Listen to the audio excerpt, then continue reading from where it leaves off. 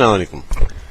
দলিলের কচকচি তো অনেক হচ্ছে, আরো হবে, অনেক হবে, হতেই হবে, এটা দরকারি। কিন্তু তার আগে এখন একটু অন্যদিকে যাওয়া যাক। রসুলের সতর্কবাণী সবার জন্য, পৃথিবীর সবার জন্য একটা গল্পের মাধ্যমে একটু বলছি, রস করে, একটু সাসপেন্স করে, মজা করে, কিন্তু রসুলের সতর্কবাণী। আপনারা জানেন, রাজার ছেলে হবু আর মন্ত্রীর ছেলে গবু, দুই বাল্য বন্ধু, বড় হয়ে হবু রাজা হয়েছে, গবু হয়েছে মন্ত্রী। একদিন, এটার নাম হচ্ছে জিহ্বা। জিহ্বা হবু রাজা বলে, গবু হে মন্ত্রী শোনো, চিত্তে আমার সুখ যে নেই কখনো। গবু বলে, কেন? তোমার তো সবই আছে। হবু বলে, নেই শ্রেষ্ঠ আমার কাছে, নিয়ে যাও, যত কোটি টাকা তুমি চাও, জগতের সেরা শ্রেষ্ঠটি এনে দাও। গবু বলে, এতে সমস্যার কি হলো?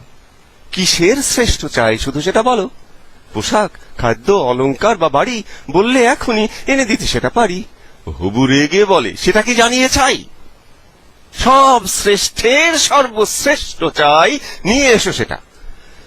মন্ত্রী ফিরিল বাড়ি, মুখখানা তার করি কালি মাখা হাড়ি। গৃহিণী মধুরে কহিল বাঁকা এগ্রিবা, আহা মিতা তুমি চেহারা করেছ কিবা। চিন্তিত গবু সমস্যা খুলি কয়, নারী কহে, এ তো সমস্যা মোটে নয়, এসো মোর সাথে। পতির হাতটি ধরে সোজা নিয়ে গেল মাংস দোকান পরে। খাসির একটি জিহ্বা কিনিয়া বেশ, এসে বলে, নাও, সমস্যা হলো শেষ। গবু রেগে বলে, এ কেমন রসিকতা? নারী ধীরে কয়, জিহ্বা মানেই কথা। আনন্দে গবু ত্রস্তে ছুটিয়া গিয়া পৌঁছিল রাজ প্রাসাদে জিহ্বা নিয়া। হবুরে কহিল, দেখো রাজা দেখো, এই কথা হতে ভালো এ জগতে কিছু নেই।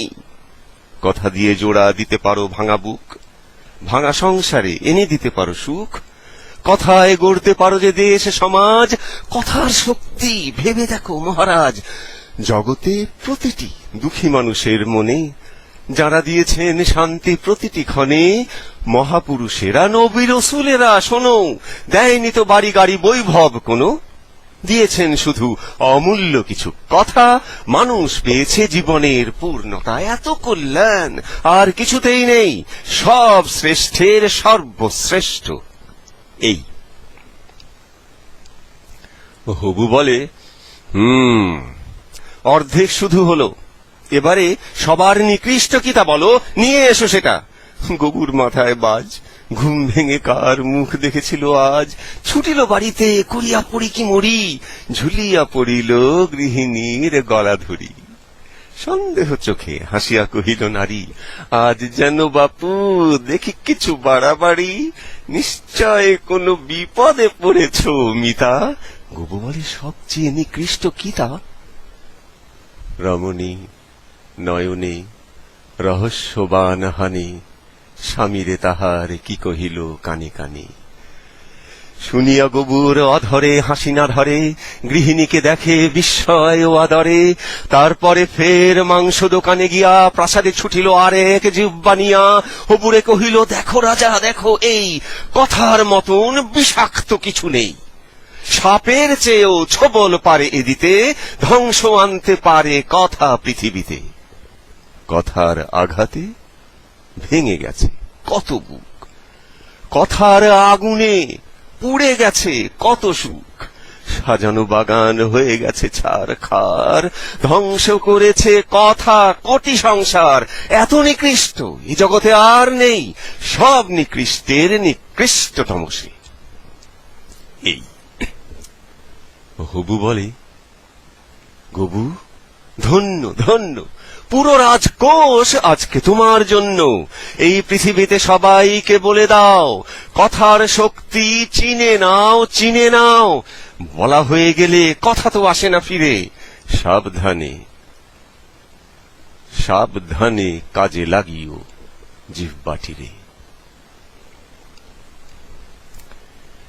এই কবিতাটা আমি লিখেছিলাম কবছর আগে, আমি যখন হাদিস পড়ছিলাম।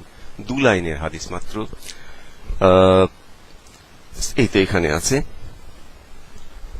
সহিহ ইবনে মাজাহ ভলিউম 5, এটা 5ম খণ্ড, হাদিস নাম্বার 3972। সাহাবী রাসূলুল্লাহকে জিজ্ঞেস করলেন যে, ইয়া রাসূলুল্লাহ, আমাকে নিয়ে কি ব্যাপারে আপনি সবচেয়ে বেশি চিন্তিত? রাসূল তার জিহ্বা দেখিয়ে বললেন, এটা নিয়ে।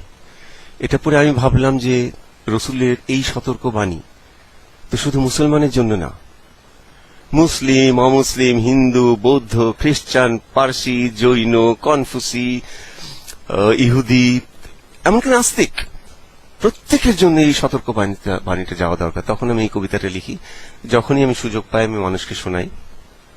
সবচেয়ে শেষে শুনিয়েছিলাম বঙ্গ সম্মেলন, পশ্চিমবঙ্গের কলকাতার ওনারা করেন, 7-8 হাজার লোকের, সবাই অমুসলিম প্রায়। তো আমার উপস্থাপনা করছিলাম আমি বিভিন্ন অনুষ্ঠান। তো একটা অনুষ্ঠানে শিল্পী আসতে দেরি করছিল। তো শিল্পী যখন আসতে দেরি করে তখন অনুষ্ঠান ঝুলে যায়, দর্শক অমনোযোগী হয়ে পড়ে। তখন উপস্থাপকের কাজ হচ্ছে দর্শককে টেনে রাখা। তখন আমি এটা পড়েছিলাম। পড়ে একদম শেষে যেটা বলেছিলাম সেটা আমি আপনাদের বলতে চাই এখানে, যে রাসূলুল্লাহর এই সতর্কবাণী পুরো মানব জাতির কল্যাণের জন্য। জিহ্বা সামলিয়ে রাখো, তোমাদের মঙ্গল হবে, উনার কিছু না। সেই সম্মেলনে বলেছিলাম যে আজ আমি আমার রসুলের বাণী আপনাদের কাছে পৌঁছে দিয়ে গেলাম আপনাদের মঙ্গলের জন্য। আমি এখানে এই ভিডিওতে সবাইকে বলছি, রসুলের সতর্কবাণী আপনাদের কাছে পৌঁছে দিয়ে গেলাম আপনাদের মঙ্গলের জন্য। আল্লাহ আমাদের সবাইকে জিহ্বাটা সামলিয়ে রাখার তৌফিক দিন। জীবনের অনেক সমস্যা মিটে যাবে। সবাইকে ধন্যবাদ।